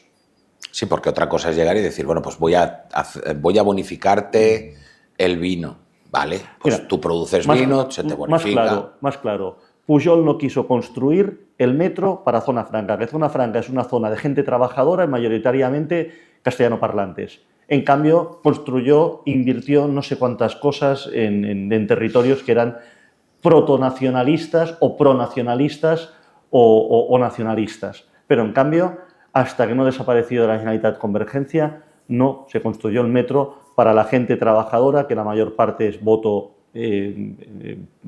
pro-español de la Zona Franca. Tabarnia, como has contado, viene como una respuesta, como una reacción a todo lo que es el procés sobre todo a ese abandono que sentís. Luego hablaremos de eso en específico, porque yo creo que también es importante hablar de ello. Pero claro, vamos a hablar de lo que es Prusés, ¿no? Llega Artur Mas, 2012 más o menos. No es una legislatura aquella que empiece muy enfocada a esto, pero claro, arrancan una serie de escándalos de corrupción, el 3%, que luego era un 5 y luego era un 7, y vaya usted a saber, Y un DEU y un un BIN. DEU y un BIN, ¿vale? Sí, sí, se empieza a señalar muchísimo ya, es cuando saltan los escándalos de la familia Pujol. Yo recuerdo a la expareja de Uriol, creo que sí. es... No, de Jordi Junior. De Jordi, perdona. De Jordi Junior. Que empieza a contar unas historias... Bueno, lo que de las dice, bolsas, lo de las bolsas de las basura, bolsas de basura que con los billetes de contabas 500. antes. Todo esto y la gente empieza a decir, bueno, y esto tal, se descubre el escándalo de las ITVs. Pujol confiesa, Pujol padre confiesa. ¿Eh? Esto yo no sabía nada, los boquerones en harina, y la colección de coches de lujo. Empieza a haber un run de que aquí se ha llevado la pasta por arrobas. Estamos en un contexto todavía de una crisis muy fuerte y yo creo que el cliff, ¿no? el corte está cuando Mas va a Madrid a pedir una financiación específica a un concierto. Rajoy le dice que no. Completamente insolidario. Total. O sea, quieren un poco asemejarse lo mismo que están pidiendo hoy, por cierto. Sí, sí. Que luego eso ya me lo explicará alguien. Si estás pidiendo ahora se llama la financiación singular, pero también estás pidiendo la independencia. En el mundo de los ¿no? eufemismos. Eso es. Pero aunque la mona se vista de seda, mona se queda, ¿no? Pero también te están pidiendo a la vez la independencia. Bueno, ¿para qué quieres tú gestionar o negociar una financiación para ti si vas a pedir luego la independencia? No tiene mucho sentido, ¿no? Pero bueno. Pues lo mismo que en el País Vasco, para que sí, o sea, la excusa para que te den todo lo que pidas y que los demás sigan pagando tu fiesta y sigas teniendo tus derechos como europeo y como país reconocido en todas las instituciones internacionales porque formas parte de España. En ese momento, en ese viaje a Madrid, nos han contado en otra entrevista que ahí ya iba, en esa carpeta de la financiación, ahí ya iba él a los Pujol les dejase fuera. Ahí ya hay unas exigencias de que a los Pujol se les deje fuera. Rajoy dice no y vuelve Mas, y ahí es el apretar el acelerador, el empezar a hablar muchísimo más de España nos roba. Se llega a decir que la crisis gestionada desde la manera catalana no hubiera sido crisis, no había habido recortes y tal. Se empiezan a producir una serie de recortes también brutales en Cataluña, yo creo que más que en ninguna parte de ninguna otra región española. Y claro, ese es el cliff, ese es el acelerador. ¿Eso es por la corrupción solo? ¿O simplemente ven una oportunidad por la crisis y quieren tirar hacia allá? La corrupción les aprieta, o sea, tienen ahí el aliento en el cogote de la corrupción, de los procesos judiciales. Hombre, es que cuando de repente aparecen tantos millones, ¿no? O inversiones, me acuerdo una inversión de 125 millones de euros, creo, en un hotel en México por parte de Pujol Juniors, no recuerdo mal. Dices, 125 millones de euros, ¿de qué estamos hablando? ¿Dónde han salido ese dinero? ¿Cómo has ganado 125 millones de euros? ¿O a quién te los ha prestado? Pero si en teoría parece ser que son tuyos, de tu sociedad. Dices, ¿de dónde han salido? Entonces, claro, cosas todas muy sospechosas. Entonces, claro, están cercados por la corrupción. Porque Pujol, si no recuerdo mal, gobernó 23 o 24 años. Y están cercados por la corrupción, pero por una corrupción endémica, sistémica y además completamente irrecuperable, porque todo el mundo estaba, ¿qué hay de lo mío? Y yo, ¿de qué cobro? Entonces, al no tener concedida ese cupo o ese concierto, que es lo que quería Mas, entonces empieza amb la voluntad de un poble, como si fuera Charlton Heston, con los brazos abiertos, con las tablas de la nación catalana debajo del brazo. Esto no es posible, porque es que además, es decir, es la ruina de la nación, es que es la quiebra de la nación, porque Cataluña son 7 millones de habitantes, no son los 2 de Vascongadas, o una población muy inferior en Navarra. Pero claro, si ya prácticamente estás hablando de un 20% de la población española tiene un concierto y un cupo, que además es el 20% de las regiones ricas, ¿qué pasa con el 80% restante? La cuenta no sale. Claro, no sale, porque de Madrid no puede salir todo, como pues está saliendo ahora. La verdad es que en ese momento hacen un salto adelante, buscan socios enloquecidos. Es que la Republicana siempre ha sido lo mismo, un partido golpista, y en el 34 dio un golpe de Estado. Es que Republicana, cuando se crea, que además es una refundación de Estat català, con un semanario, claro, el modelo fundacional de los elementos fundadores es que Republicana, Estat català y todo esto, era el Sinn Féin, un gran partido demócrata, para quien no lo conozca. Aunque ahora se arrodillen delante de la reina o del rey Jorge III, pero el Sinn Féin siempre ha sido lo que ha sido. Y ese era el partido de imagen y semejanza. La gente de esa época, que se creó la bandera estelada, que nosotros siempre le llamamos el trapo estelado o la bandera cubana, claro, firmaba como VICME. VICME era visca la independencia de Cataluña y mori a España. O sea, viva la independencia de Cataluña y muera España. O sea, siempre ha habido ese odio por parte del nacionalismo. Entonces, claro, al no conseguir el dinero o mantener tus flujos de dinero para que vayan desapareciendo en bolsas de basura, ¿no?, repletas de fajos de 500 euros, pues empiezas un proceso de, bueno, pues entonces me independizo y así sigo. Pero claro, ¿cuál era el proyecto económico de eso, de la independencia? Jamás lo contaron, porque el proyecto económico era convertirse en un paraíso fiscal y convertirse en un puerto de paso de mercancías para el resto de Europa. A lo que dijo Europa, que se olvidaran. Hombre, pero ¿cómo vas a tener un paraíso fiscal como una seta en plena Unión Europea? Entonces, claro, pero es que no había otro proyecto económico. Pero con esto ellos hubieran seguido viviendo infinitamente bien, y por ellos me refiero a todos estos líderes nacionalistas, extorsionadores profesionales de su propia ciudadanía, hubieran seguido mintiendo y engañando a los suyos con la escuela catalana, como hemos dicho antes, con la propaganda a través de la cultura y de los medios, y hubieran seguido viviendo como marajás. ¿Por qué? Porque el Estado de Derecho no existe en Cataluña. Hace mucho tiempo que ha desaparecido cualquier vestigio de Estado de Derecho. Que me dice alguien, no, exagerado, no, exagerado. Llega una sentencia judicial y la Generalitat decide no cumplirla, como por ejemplo la obligación del 25% que es una miseria, de educación en lengua española para los niños. O todo tipo de sentencias condenatorias que no aplican. Pues, o, por ejemplo, o requerimientos, como os acordáis de los famosos requerimientos y de las cartitas que iba enseñando Puigdemont, cuando el señor Rajoy les enviaba cartas preguntando si se habían independizado o no, que creo que hemos visto cosas ridículas, pero esta es una de las que... Bueno, hay una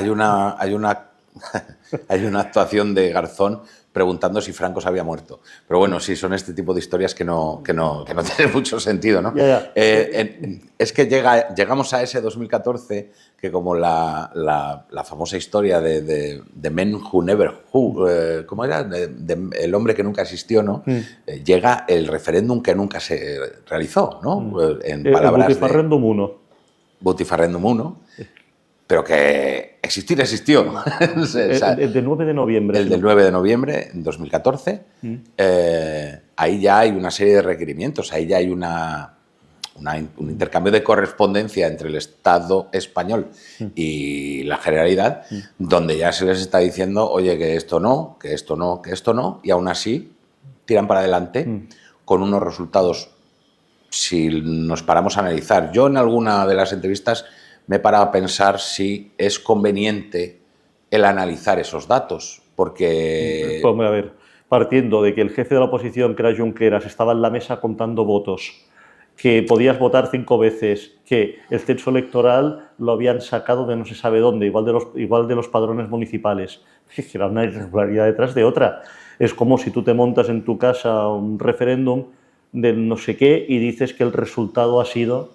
Y ya está. Entonces, claro, o sea, analizar esos resultados quizá numéricamente o aritméticamente no tiene ningún valor, y es incluso, yo creo, negativo, porque a lo mejor les estás legitimando en su relato. No ves cómo va creciendo esto, no sé qué. Ningún valor. Esto es lo mismo que los caciques del 19 en España, en el conjunto de España, que les arrasaba el voto comunista y el voto anarquista, les arrasaba, pero cada elección ganaban con una mayoría más absoluta. Es exactamente lo mismo, o sea, ese es el valor del resultado comunicado por los nacionalistas sobre el primer butifarrendo, el mismo que tenían los caciques del 19. Lo que sí que parece claro es que no tiene el mismo nivel de apoyo que el segundo, ¿no? O sea, no le sale igual de bien, por decirlo de alguna manera.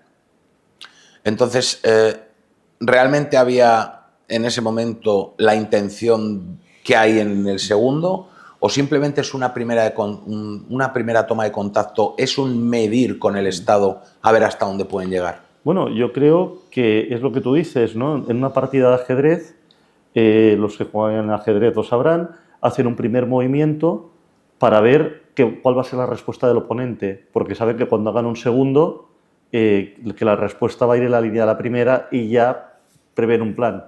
Seguramente fue esto una jugada de ajedrez para ver qué va a pasar, qué consecuencias va a haber, qué apoyos vamos a tener, cómo van a colaborar la sociedad civil nacionalista y qué tipo de apoyo popular tendremos. Yo creo que fue, ¿sabes?, un inicio de jugada de ajedrez a ver cuál va a ser el resultado para, cuando lo tengamos que hacer, ver por dónde van los tiros y, sobre todo, ver qué respuesta hay por parte del gobierno de España. La respuesta del gobierno de España, entonces, claro, las dos se la hacen a Rajoy, ¿no? Pero entonces, ese Rajoy, donde dice que no existe, donde no le echa cuentas, bueno, alguien podrá entender que es buena estrategia el no darle pábulo, alguien pueda entender que a lo mejor tenía que haber habido más consecuencias de las que hubieron, porque realmente consecuencias de haberse saltado, de haber intentado dar un golpe de Estado, tampoco hubo muchas, ¿no? No, ninguna. Están en la calle y se están presentando, y los que no están en la calle y están habilitados, en el momento que se apruebe la amnistía, van a poderse presentar igual. Es que, claro, o sea, tú puedes dar un golpe de Estado y, como eres político, eres amnistiado por otros políticos, pero en cambio, como se te ocurra robar un teléfono móvil, vas a tener que pasar por el juzgado y vas a tener que pagar por ello. Sí, pero es que incluso en ese primero del 9O no hizo falta la amnistía, no porque consecuencia directa sí, hubo poco. Es como si no hubiera existido. Como si no hubiera existido. Pero realmente el 1 de octubre ya fue otra situación, se agredió a las fuerzas y cuerpos de seguridad porque existieron agresiones en contra. Hay vídeos de cómo apedrean los camiones o las furgonetas de la Policía Nacional. No podemos olvidar que hay un UIP que estuvo a punto de morir por un cascote, una pedrada, y se ha tenido que retirar. Sí, dos, porque otro por un brazo también. Otro también se ha tenido que retirar, claro. Cierto, pero además Marlaska, que tenía aquí la Guardia Civil, no la movilizó, que tenía no sé cuántos agentes también desplazados de Guardia Civil, no la movilizó, y los Mossos colaboraron no con el operativo, con el que tenían que colaborar, sino que colaboraron con los golpistas y con los que estaban ejecutando el referéndum ilegal. En ese impasse entre el 9O y el 1O, en ese impasse de 3 años entre el 14 y el 17, hay una inestabilidad política brutal. Pasan muchísimas cosas, pero lo que más caracteriza a esos 3 años es de una estabilidad absoluta. En ese contexto de inestabilidad absoluta, sigue con Rajoy en el gobierno, ya se va avanzando y se va explicando lo que van a hacer. Hay una serie de declaraciones. Sí. Si fuera una novela de García Márquez, se llamaría Crónica de un golpe anunciado. Y ahí el Estado sí parece que se lo toma más en serio. Rajoy manda, como dices, a la Policía Nacional, se moviliza la Guardia Civil, cada uno en su ámbito de competencia, y llega ese 1 de octubre. Llega esa resolución judicial donde dice clarísimamente que las fuerzas y cuerpos de seguridad del Estado deben impedir que la gente vote. Y claro, ahí tenemos un problema, porque eso para el relato independentista es muy potente, el llegar y decir, no, es que estábamos votando, no nos quieren dejar votar. Esto, por ende, es que lo que estás trasladando es que el Estado es... victimismo.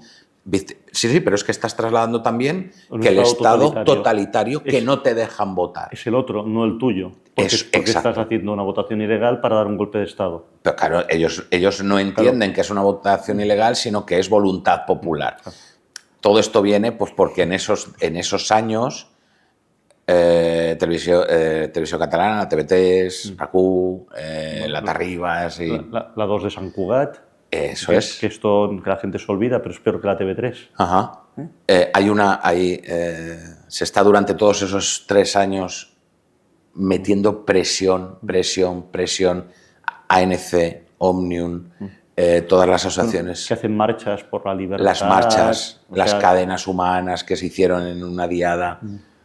Es meter leña al fuego y alimentar un dragón. Yo utilizo esa metáfora siempre, ¿no? La de alimentar al dragón. Luego te preguntaré si ese dragón va por libre o no, o si todavía es controlable o no. Pero cuando llega ese 1O, la policía hace lo que tiene que hacer. Se producen una serie de altercados, disturbios, se pega, los UIPs es para lo que están, para pegar y para impedir cosas. Sigue ese relato victimista y llega la respuesta del Estado después. Llega la respuesta del gobierno en modo de 155, que es la intervención de la autonomía. Ese 155, ¿cómo le vivisteis desde aquí? Y dime si te pareció escaso, mucho, sí, adecuado o no. Sí, perdóname, antes creo que he dicho Marlaska que decir Soraya, pero bueno, cuando hablaba de... Sí, pero da lo mismo. Sí, pero bueno, pero quería decir Soraya, porque además era muy amiguita de Oriol Junqueras. De Oriol, sí. Y le tomó el pelo lo que quiso y más, señor Junqueras, a la señora Soraya. En fin, no, el 155 fue una vergüenza. Fue una vergüenza porque se aplicó un 155 de feria. Tenías que haber intervenido la TV3, lo primero de todo, haber intervenido realmente las consejerías, haber intervenido la educación, o sea, y no 6 meses. Es que lo tenías que haber intervenido a calendas grecas, o sea, o como en el Ulster, que una vez estuvo la autonomía intervenida 5 años, si no recuerdo mal, en el Ulster, 5 años. Thatcher indefinido. Claro. Hasta que se arregle el problema. ¿Por qué? Porque para que tú puedas votar en libertad, tienes que tener el derecho a ser educado en libertad y en la lengua que tú escojas. Tienes derecho a que los medios de comunicación públicos te vendan o un relato completamente transparente y un relato no ideológico y un relato simplemente, o sea, neutral y objetivo, pero sobre todo neutral, y tienes derecho también a que a no estar recibiendo continuamente inputs que digan una cosa que no es basada en un relato y una mentira nacionalista alimentada desde finales del 19.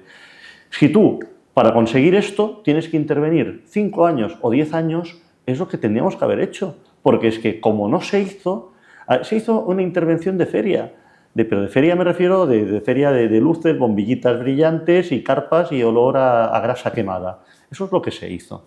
Entonces, que no tuvo ningún tipo de efecto. No se cesó a la gente a los segundos cargos, no se miró quién había cometido ilegalidades y se le exigió responsabilidades, porque si un señor se va de su trabajo, como por ejemplo se iban cada martes y cada viernes, me parece, los funcionarios dels serveis centrals d'ensenyament, o sea, de los servicios centrales del Departamento de Educación de la Generalitat de Cataluña, y salían a cortar la calle delante de su sede y a manifestarse a favor de la independencia, de los presos políticos, etcétera, y nadie les exige responsabilidades. Si tú te vas de tu trabajo, estás en la empresa privada, o sea, te van a decir, primero se te descuenta de tu sueldo, y si esta convocatoria no es legal, te puedo echar porque estás incumpliendo tus condiciones de trabajo. A nadie se le hizo nada. Es decir, la administración está tomada por funcionarios que muchos han ganado la plaza simplemente por su adscripción a la idea nacionalista y al régimen nacionalista y a las familias nacionalistas. Entonces, ¿cómo queremos que, yo digo siempre a los nacionalistas, que queréis votar en un referéndum?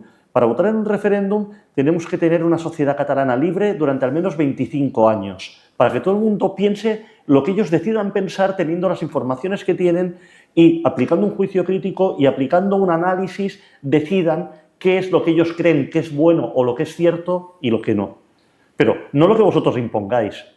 Por lo tanto, si algún día queréis votar, será que tenéis que votar cuando todos tengan los mismos derechos a ser educados y a ser informados en libertad como los que vosotros mismos os arrogáis, y informándonos a nosotros en la mentira y adoctrinándonos en el nacionalismo.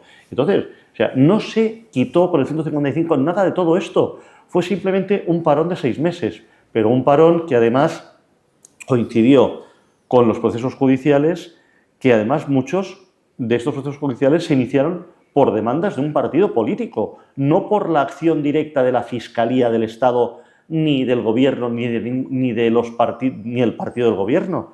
Se inició por un partido de la oposición, que es quien presentó la mayor parte de las demandas, y gracias a eso hubo esos juicios, porque si no, tampoco habrían ido a juicio. Evidentemente, el famoso juicio de Marchena y del Supremo es por las denuncias de Vox. Exactamente. Porque el Estado, el gobierno de Rajoy, no tira por ahí. Ni el PSOE, ni el PP, ni Ciudadanos. Nadie presenta las denuncias. Es lo que te iba a preguntar ahora. Claro, cuando el gobierno presenta un 155 tan soft, tan light, hay que tener... Primero, quería el Partido Popular que estuviera el Partido Socialista. O sea, quería que fuera una cosa de a dos. Yo entiendo por qué, ¿eh? Yo entiendo perfectamente por qué. Representan a la mayoría de la sociedad. Pero luego el Partido Popular se está poniendo la tirita antes de la herida, porque si eso sale medianamente mal, o aunque salga bien, eso va a ser un arma arrojadiza del Partido Socialista, de porque tú has hecho esto solo, yo no quería. Sabemos cómo va el juego político. Al querer entrar el Partido Socialista, es mi opinión, supongo que será así, es por eso, porque viene el 155 tan light. Bueno, una de las imposiciones fue no se interviene TV3. Exacto. Por ejemplo. Y esa viene del Partido Socialista. Claro. Y otra cosa que la gente no sabe, y creo que estaría bien que lo supiera, la intrahistoria, ¿no? del momento. No sé si os acordáis, que además está en toda la prensa, que Albert Rivera, entonces líder de Ciudadanos, decía que no se podía aplicar un 155 porque era matar moscas a cañonazos para solucionar tal problema. Cuando Rajoy, una vez que había hablado con el Partido Socialista y había llegado a un acuerdo, llamó a Ciudadanos, entonces en ese momento tercer partido, Rivera, que estaba diciendo en prensa la semana anterior, justo lo que te acabo de contar, ¿qué hizo? Se fue de allí diciendo, sí, bueno, daré apoyo, se fue, convocó una rueda de prensa diciendo, exijo al gobierno que aplique un 155, etcétera, etcétera. Cuando ya le habían dicho, oye, que hemos llegado a un acuerdo, firma tú también, que eres el tercer partido, además es un partido nacido en Cataluña, con lo cual Ciudadanos tiene mucha importancia que también esté en esto, ¿no? No, y en ese momento, además, en Madrid tenía muchísima importancia porque justo en ese momento es cuando se estaba hablando de que pudiera haber un sorpaso y que ganara las elecciones también en unas elecciones generales. Claro, pero fíjate la actitud que tuvo Rivera.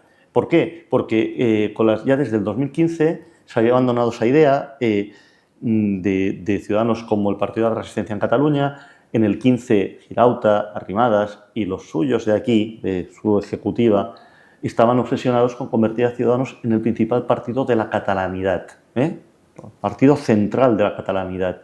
Las campañas electorales, por ejemplo, me acuerdo la del 17, no había una sola bandera de España ni una sola referencia a España, pero llegabas a los actos y veías unas letras tridimensionales en boca del escenario que ponía Cataluña con NY. Estaban en otra cosa, que Ciudadanos ya estaba en otra cosa en ese momento, por eso muchos nos fuimos en el 17 de Ciudadanos, porque estaban en otra cosa. Por eso Rivera decía lo de matar moscas a cañonazos, no hay que aplicar el 155. Pero cuando le dicen que se aplica, va corriendo a exigir la aplicación. O sea, este es el nivel que tenemos de los políticos en España. Es una absoluta vergüenza. Evidentemente, los políticos, todos los que habéis pasado por aquí, entendéis que ya no solo que ha habido un abandono o una dejadez, sino que incluso en el caso del Partido Socialista está clarísimamente que hay una actitud proactiva en todo este asunto, porque lo estamos viendo. No hay demasiado que esconder tampoco ahí ni que descubrir. Y la clase política, evidentemente, no ha estado a la altura. Todo esto estamos así por la clase política, cierto. Pero, ¿os sentís también que se os ha abandonado desde la ciudadanía? No me refiero ya a la catalana, que hablaremos después, mira, sino la del resto de España. No desde la ciudadanía. Mira, yo cuando voy a los medios de comunicación, sobre todo a nivel nacional, en Madrid, es lo que priorizo dentro del tiempo que le puedo dedicar a la resistencia, porque claro, no es mi trabajo, es algo que tenían que estar haciendo nuestros políticos por nosotros, nos obligan a los ciudadanos comprometidos a hacer lo que muchas veces ellos no hacen, ¿no? Pero una serie de gente intentamos ir de manera frecuente a los medios de comunicación en Madrid, a las radios y televisiones, por cierto, todas de derechas, porque las izquierdas evidentemente no quieren ni oír hablar del tema ni dar voz a una visión alternativa o disidente respecto al mainstream nacionalista izquierdista. Vamos a contar para que el resto de españoles sepan que no es un problema catalán, es un problema nacionalista, porque la mayor parte de los catalanes nos sentimos plenamente españoles y rechazamos frontalmente el nacionalismo y todo lo que ello supone, y porque ese mensaje es muy importante que llegue, porque es que hay gente que no se creía lo que estaba pasando aquí. Incluso hay gente que, habiendo dado un golpe de Estado como han dado en el 2017, todavía sigue teniendo ciertos reparos en creer ciertas cosas. Es que, ¿qué más queréis que pase? ¿Que se vuelva a fusilar y a llevar a gente aquí a la rabasada, o que se vuelvan a montar las checas para que quede constancia de lo que estamos viviendo? Es que estamos en una situación muy grave. Por eso priorizamos el espacio comunicativo en el resto de España. Y lo hacemos la gente que lo podemos hacer por el motivo que sea, o porque trabajamos en Madrid, pues nos facilita, o gente que también va a Madrid cada semana o cada 2 semanas solo para hacer esto. Muchos que vienen también del mundo asociativo, porque a través del mundo asociativo en Cataluña hay una sociedad civil alternativa, no nacionalista, que es el esfuerzo de mucha gente sencilla, pero sumado, que pueden ser Convivencia Cívica Catalana, Cataluña por España, España y Catalans, Catalunya Suma, la Asociación por la Tolerancia, la Asamblea por la Escuela Bilingüe, es que son muchas, o sea, AXECAT, no sé, no me quiero dejar a ninguna, pero al menos hay 20 o 25 asociaciones con mucha gente detrás que continuamente están aquí defendiendo valores como la libertad, la igualdad y la democracia, y están defendiendo la idea de España en Cataluña, porque parece mentira, pero tienes que defender la idea de España en Cataluña si quieres seguir viviendo en libertad, porque si no vas a acabar viviendo en una dictadura. Y toda esta gente se siente, y lo sigue haciendo, pero se siente abandonada por el Estado, porque el Estado ha desaparecido de Cataluña, no hay prácticamente vestigios del Estado. El único vestigio son las oficinas de la Lotería Nacional, los estancos y el buzón de correos, que además es amarillo. Todo lo demás es como si hubiera desaparecido. No ves al Estado en Cataluña, no lo notas, no lo percibes, no está en el paisaje. Y esto es muy descorazonador, porque hay mucha gente aquí que está luchando y que está teniendo problemas en los trabajos. Hay gente que ha perdido los trabajos. El otro día, ayer mismo en la firma de libros me contaba una persona que había perdido el trabajo en su empresa porque sus 2 jefes, me decía, eran muy nacionalistas y habían visto que esta persona iba en las listas de un partido que no les gusta, constitucionalista, que en este caso es Vox, y por eso ha perdido el trabajo. Pero estas cosas pasan continuamente en Cataluña. Hay este señalamiento del disidente, y de ese disidente que la única cosa que hace es defender sus ideas, que sus ideas son las mismas que recoge la Constitución: la libertad, la igualdad, la solidaridad, pero nos sentimos abandonados, evidentemente, porque el Estado no nos ha protegido. Lo vimos, como decíamos antes, con Rajoy enviando cartitas, o con Soraya sin movilizar a la Guardia Civil cuando tenía que haber movilizado, o sin perseguir los delitos cuando se tenía que haber perseguido. Entonces es descorazonador, y sobre todo con una incomprensión grande por parte del resto de españoles, de las otras regiones de España, que no vieron o compraron este relato o vieron esta situación hasta que no se dio el golpe de Estado. Pero como te digo, incluso habiendo dado el golpe de Estado, a día de hoy es incomprensible resultados como el de Vascongadas o resultados como habrá aquí en Cataluña. que van a sacar 40 diputados los socialistas catalanes, que además son nacionalistas, independentistas o separatistas de espíritu. Muchos de ellos son los creadores de la inmersión lingüística, son los socios preferentes de los nacionalistas y, como dice Dolça Catalunya, son la chacha del nacionalismo, porque están al servicio del nacionalismo. Y además, muchos de ellos vienen de ese mundo catalanista, que es el eufemismo para hablar de nacionalismo radical y extremo. Si hacemos segunda parte del docu, hablaremos y os empezaré a preguntar a todos si seguís pensando que el PSOE es la chacha del independentismo y no al revés. Bueno, ya lo hablaremos. Y no al revés. Hablabas de todo ese esfuerzo evidente, todo ese sufrimiento, todo ese coste personal, esas muertes civiles. Pero claro, también es cierto que es un esfuerzo y un sufrimiento baldío. Me explico. No a nivel calle, porque evidentemente es fundamental seguir con la labor, pero a nivel político, esa acción vuestra, tanto individual como a nivel asociativo, provoca que aquí unas elecciones las gane Ciudadanos. O sea, Ciudadanos no aparece y porque sí gana unas elecciones con más de 1 millón o con casi 1 millón de votos. 1.100.000. 1.100.000, ¿no? Fue justo después del golpe de Estado. Evidentemente la situación, pero vosotros también, desde la sociedad civil, habéis hecho lo vuestro. ¿Pero sois representación de toda la sociedad civil no nacionalista? Es decir, la pregunta es no vosotros, que evidentemente sí, ¿la sociedad civil catalana no nacionalista ha estado a la altura? Nunca, porque es que en una sociedad civil es muy importante que formen parte los empresarios. Y los empresarios han estado haciendo negocio con el nacionalismo, para luego, por cierto, acabar todos empadronados en Madrid para pagar menos impuestos y, sobre todo, para que la sucesión no les costase la mitad de su fortuna a sus herederos, ¿no? Entonces, hacer una resistencia al nacionalismo sin ayudas, sin apoyos y con una parte muy importante de lo que debería ser la sociedad civil fuera de esa resistencia y, podríamos decir, prácticamente convertida en un régimen de Vichy, un régimen colaboracionista, es muy complejo.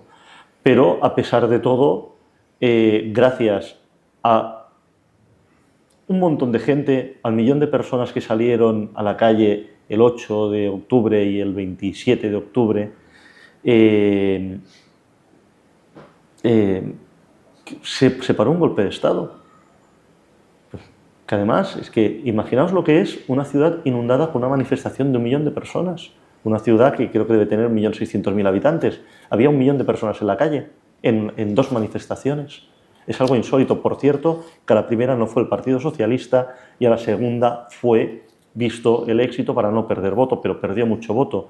Porque el voto del no fue el voto que recogió Ciudadanos, porque Ciudadanos tenía 25 diputados y su expectativa, en el mejor de los casos, era sacar 15 y sacó 36 por el golpe de Estado, porque recogió el miedo de los votantes socialistas y de los votantes podemitas de que se independizaran. Recogió el voto del no en ese momento, a pesar de una muy mala campaña, pero recogió el voto del no ante la gravedad de la situación. Pero es que realmente el sentimiento de abandono es grande. La desaparición, como te decía antes, de lo que es España en Cataluña, de las instituciones, del Estado, es palpable, es notoria, es que está ausente, incluso a nivel visual.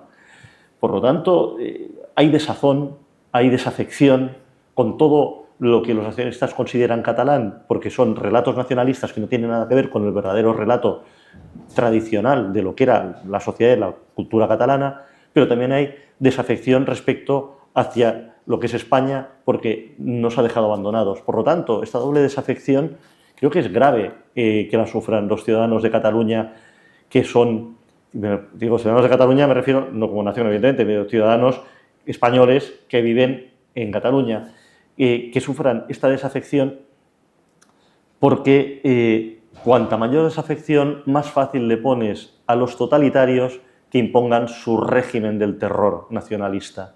Porque que la gente no se olvide, el régimen del terror nacionalista acaba o con la hambruna roja, o acaba con la noche de los cuchillos largos, o acaba con cualquier, ¿sabes? O con la porraimos o con cualquier barbaridad étnica o racial o social. En este sentido, es comprensible cuando te hablaba de claro, que es un esfuerzo baldío al final, ¿no? Si bien en la sociedad, en la calle, es fundamental la labor que lleváis a cabo, claro, cuando te das cuenta que eso políticamente no llega a ningún sitio y el proceso sigue y no se avanza, evidentemente vosotros tenéis que... Llega un momento en que estáis hartos, que tenéis un hartazgo importante. Pero claro, aquí yo estoy empezando a detectar un problema, que es el hartazgo que se vive también en el resto de España, en la ciudadanía, en la sociedad civil, hasta el punto de que hoy, cuando estamos grabando esta entrevista, Antonio Naranjo, que es un altavoz reconocidísimo del Partido Popular, COPE y demás, ya está empezando a deslizar que a ver si no conviene ya el dejarles ir y ya está. Bueno, vamos a ver una cosa. Yo creo que lo único que ha mantenido esto hoy, que mantiene esto todavía vivo, es ese millón de personas que sale a la calle y ese sentimiento que todavía en el resto de España no está maduro como para llegar y permitir un referéndum. Si ya desde la derecha estamos abogando por eso y en redes sociales vemos ese hartazgo de que se vayan, no sé, a mí me gustaría recordarle que si Cataluña se independiza, dejaría de ser de España, dejaría de ser España. Pero es que si Cataluña se independiza, España también deja de ser España. Bueno, es que gran parte de los logros de España han salido de catalanes que han dado mucho por lo que es España y por tanto cuando era reino como ahora cuando ha evolucionado también a un sistema democrático, ¿no? O sea, desde los reinos de los Borbones. Es decir, no se puede entender la historia de España sin la participación de muchos catalanes en ella. Además, no voy a hacer la lista porque sería inacabable. Pero ese hartazgo existe porque es que, evidentemente, es que el cuento de nunca acabar, es que ¿cuántos años llevamos con esto? Tú hablabas del 13, estamos en el 24. 11 años de pesadilla, de pesadez, de aguantar esta... no sé, es que... No puedes aguantar tanto tiempo la misma bazofia continuadamente de manera machacona. Pero es que, fíjate, yo hace muchos años que lo digo, es que si se hiciera un referéndum, es que el resultado sería jocoso. Porque si se hiciera un referéndum se tendría que hacer en toda España, tendría que cambiar primero la Constitución, porque la Constitución no permite segregar una parte del territorio nacional, pero... si se hiciera, porque se cambiara la Constitución y se hiciera un referéndum, se tendría que hacer en toda España, porque sería cuestión de todos los españoles, porque Cataluña es tan mía como de un señor de Jaén, igual que ese pedacito de Jaén es tan mío como suyo. Claro, aquí en Cataluña saldría, no nos vamos, por favor, nos quedamos porque no queremos ser los parias de Europa, pero en el resto de España sería, estamos hasta las narices, iros ya de una vez. Que posiblemente el resultado sería ese, y sería comprensible, pero por eso... vamos, como te decía antes, a los medios con cierta frecuencia, una serie de gente a repetir: no nos dejéis solos, no confundáis a los catalanes con los nacionalistas y os necesitamos a todos vosotros para solucionar este problema, porque este problema no es mío como catalán, es vuestro como españoles, porque es un problema de España y de los españoles lo que está sucediendo en Cataluña, porque Cataluña es una parte de España. Entonces, es muy importante no desfallecer y continuar, porque es que no tenemos otra, es que no tenemos medios, no tenemos recursos. Las asociaciones, no te quiero ni contar en qué situación están. Las casas regionales que representan esos lazos afectivos con el resto de España, la de Murcia, la de Madrid, la de Aragón, etc., no les dan recursos, no les dan ayudas, les imposibilitan su existencia continuadamente desde el Ayuntamiento y desde la Generalitat. ¿Por qué? Porque siguen manteniendo esa relación y ese ligamen emocional con el resto de España y de los españoles. Entonces, lo estamos resistiendo sin nada. Como decimos aquí, a una sabata y una espardeña, es decir, con una zapatilla y un zapato, con nada más. Estamos resistiendo con eso. Estamos resistiendo por el voluntarismo de mucha buena gente que no quieren caer en un estado despótico y totalitario como sería la República Catalana, un Estado supremacista y xenófobo, un Estado donde seríamos señalados con una letra escarlata o con un lazo rojo igualdo a los disidentes. que nos enviarían a un gulag en los Pirineos, a gente como yo y otros muchos que hemos estado escribiendo libros y artículos y hemos ido a los medios a hablar de esto. Nos embargarían todos nuestros bienes por atentar contra la dignidad de la nación catalana. Es que realmente eso sería la República Catalana, es que nadie se lleve a engaños. Y sería un muy mal precedente para el resto de España, porque aparecerían nacionalistas como setas en todos los sitios. Ya hay muchos, pero la insolidaridad es algo que se expande con una facilidad supina.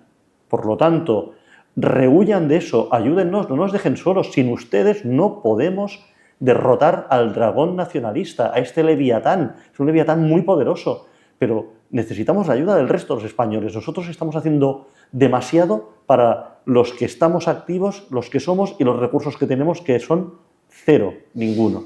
Por eso a mí me gusta recalcar este punto, porque cuando alguien dice que se vayan los catalanes, lo que están diciendo también, y lo dejan implícito, es que te vayas tú. O sea, te están abandonando a ti. ¿Que no se pueden confundir a los catalanes con los nacionalistas? No, es que sois catalanes todos. Por eso, pero yo por eso lo digo todos, siempre. Claro. No hay que confundir a los catalanes con los nacionalistas. Claro. Los catalanes somos la mayoría, los nacionalistas son muy pocos. Nunca han pasado de ser más de un 10%. Incluso Josep Pla, ese gran escritor en lengua catalana y española, lo decía, que los nacionalistas eran pocos, 4 chalados, uno en cada pueblo. Esto es lo que dice Josep Pla. Y sigue siendo lo mismo, pero como esos chalados han cogido el poder y han creado un proyecto y un programa de ingeniería social nunca visto, jamás antes, nunca visto, han destrozado la convivencia y han provocado este rechazo en el conjunto de la sociedad española. Pero que siguen siendo esos 4 chalados, ese chalado de cada pueblo, pero que le has dado el poder, le has dado el dinero, le has dado las competencias y se ha convertido en un reyezuelo, en un tirano, en el jefe de una tribu de caníbales del África Negra. En eso se han convertido. Por eso es tan importante que no os líen, que no os líen. Tenemos que seguir explicando todo esto porque que no os líen de verdad. Si Cataluña llega a hacer un referéndum de autodeterminación, da igual lo que salga, España ya está rota con ese referéndum. España ya está rota. Da igual lo que salga. Porque si en esta no es, volverán en 5 años, y en 10 y en 15 hasta que salga así. Esto lo explicó Carod Rovira, el señor que se fue a pactar con ETA para que no se matara en Cataluña, pero en el resto de España me da igual que sigáis matando mientras no matéis en Cataluña, ¿os acordáis? Vicepresidente de Esquerra Republicana con un presidente del Partido Socialista, Pascual Maragall. Exacto. Pues él lo explica en su libro, que un referéndum, bueno, no me acuerdo si era él o era Juncker, yo creo que era él, yo creo que era Carote, que claro, que se tiene que seguir votando porque, o sea, lo que importa no es que te voten que no, lo que importa es que en el referéndum 247 te voten que sí, es decir, ellos pueden perder 247 veces, nosotros no podemos perder ni una, porque con ellos, aunque ganen solo una, aunque sea la 248, ya les sirve. Y el referéndum, lo importante, lo explica en el libro, es iremos votando, lo importante es votar, porque una vez que se vota, aunque pierdas, pero volverás a votar, y volverás a votar hasta que ganes. Por lo tanto, hay que evitarlo a toda costa, porque además no entra dentro del ordenamiento jurídico que nos hemos dado entre todos, de la ley suprema, que es la Constitución, la ley de leyes. Y además, es que lo decía Cicerón, o sea, para vivir en libertad hay que ser esclavos de las leyes, no de los políticos que deciden esas leyes o que aplican esas leyes o que no las aplican, o esas sentencias judiciales que tampoco aplican, no, que ser esclavos de las leyes para vivir en libertad. La Constitución hay que respetarla. Yo creo que es absolutamente perfectible. Pienso que la Constitución sirvió para lo que sirvió en su momento, pero que a día de hoy hay que revisarla porque el Estado que emana de esta Constitución a día de hoy considero que es un Estado fallido, que hayan unos señores que dan un golpe de Estado y les tengas que amnistiar y que vuelvan a hacerlo otra vez, porque lo van a volver a hacer, es insólito. Eso quiere decir que ha fallado el sistema. Por lo tanto, hay que revisarlo, pero hay que revisarlo para garantizar competencias troncales del Estado, para que el ordenamiento territorial responda a lo que es un ordenamiento territorial, regional. Hay que proteger las lenguas regionales, evidentemente, son una gran riqueza de la nación española, sus lenguas regionales, pero no puedes dejar que sean impuestas a los niños en los colegios o que sean exigidas en los trabajos, porque un señor que vive en Dos Hermanas tiene todo el derecho del mundo a venir aquí e intentar trabajar aquí en el Ayuntamiento de Barcelona sin que lo echen, como le pasó, por ejemplo, al cocinero del Ayuntamiento de Barcelona, al señor Collboni, que resulta que, claro, que para freír un langostino, si no lo fríes en catalán al langostino, resulta que no se deja freír. Por lo tanto, como no superó la prueba de catalán, le cesaron el contrato. O como al instrumentista también de la banda de Barcelona, que claro, si tocas un fa mayor en catalán no suena como un fa mayor en español. Entonces, hay que evitar estas cosas. Y creo que es muy importante que, ya que tenemos a todas luces un Estado fallido que permite todo esto y que avergüenza a la justicia, que avergüenza a las fuerzas y cuerpos de seguridad del Estado y que impide la correcta ejecución y la separación de poderes y la base misma de la democracia, creo que hay que revisarlo, pero para hacerlo solidario, igualitario y para que todos los españoles, independientemente de donde vivamos, seamos iguales y tengamos los mismos derechos y las mismas oportunidades. Por eso es tan importante y por eso hacemos lo que hacemos y recordamos siempre que si esto se produce, España deja de ser España. En nuestra mano está seguir intentando explicarlo, que se conozca y tenerlo clarísimo. No, esto no va de que se vayan y como que no ha pasado nada. Si hay ese referéndum, España deja de ser España. Pau, pues muchísimas gracias. Muchas gracias. Un placer de entrevista como todas, pero muy buena, de verdad, me ha gustado mucho. Y vosotros, pues ya sabéis, habrá más, así que hasta la última, que ya os diremos. Esta es la última ya, llevamos, me parece, 20 y pico, un locurón. Ya os diremos quién es el siguiente, que yo ya lo sé, pero que no os lo voy a decir. Hasta la próxima.